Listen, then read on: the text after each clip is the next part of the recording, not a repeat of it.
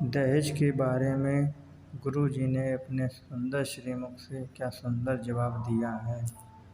जिसने अपनी पुत्री दे दी उसको अब कुछ देना बाकी रह गया क्या? ये धन, ये बाहरी वस्तुएं तो बहुत ही मतलब निकृष्ट बुद्धि होती है जो ये तय करते हैं कि इतने लाख लेंगे तब तुम्हारी बेटी से ब्याह करेंगे।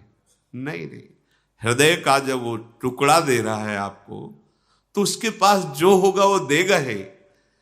और सबसे बड़ी बात है, अगर वो तुम्हें धन नहीं दे पाया ना तो हृदय से आशीष देगा तो तुम्हारा मंगल हो जाएगा।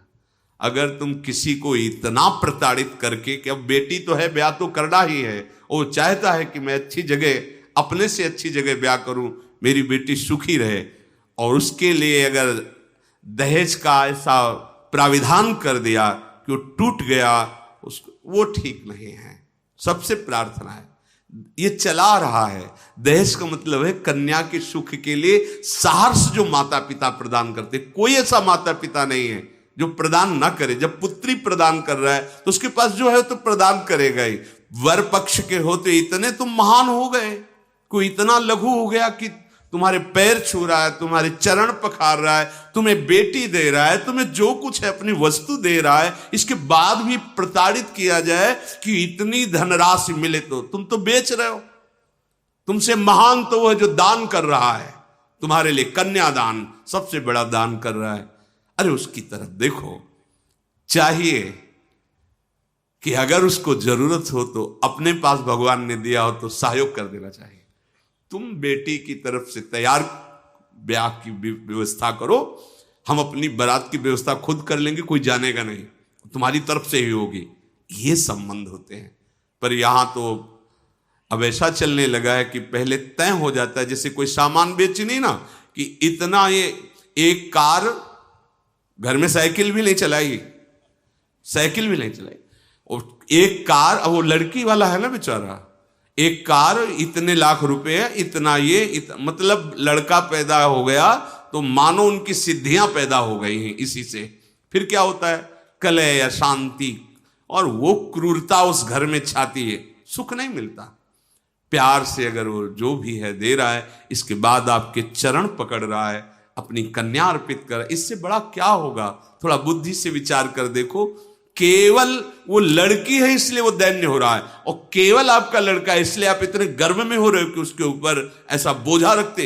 इतना नहीं तो ब्याह नहीं हो पाएगा। जाइए, चाहे जितनी सुशील पढ़ी लिखी लड़की हो, तुमने नहीं देखा ये बात, तुमने ये देखा कि इतना धन दोगे तो ब्याह हो सकता है, अन्यथा नहीं। नहीं भाई, धन कोई चीज नहीं है। वो सुशील दैन्य भाव से माता पिता परिवार को सजाएगी आकर के, बहुत बढ़िया है। और फिर जो कृपा प्रभु की तरफ से होती है तो भले नमक रोटी खाओगे, सुंदर संतान होगी, सुंदर परिवार चलेगा। इसलिए सबसे प्रार्थना है, जहां तक हो सके दहेज की मांग मत करो। सुखी होना चाहते हो तो आप बात पक्की समझ लेना। अगर आप मांगोगे, दशरथ जी ने क्या किया, कहीं मांग हुई है क्या? जनक जी ने, कोई भी माता पिता उठा नहीं रखता, हम इतना जानते हैं। अब बहुते बुद्धि निकृष्ट हो तो नहीं कहते, नहीं तो प्रायः हर माता पिता की बात होती कि क्या लाके अपने बच्चों को दे दूं जिससे वो सुखी हो जाएं। सबसे प्रार्थना है, यदि आप इन देवी शक्तियों का सम्मान करना चाहते हो तो चाहे बहु रूप में लाना हो या देना हो, दोनों भाव में अगर हमारे पास है तो हमें छुपाना नहीं चाहिए।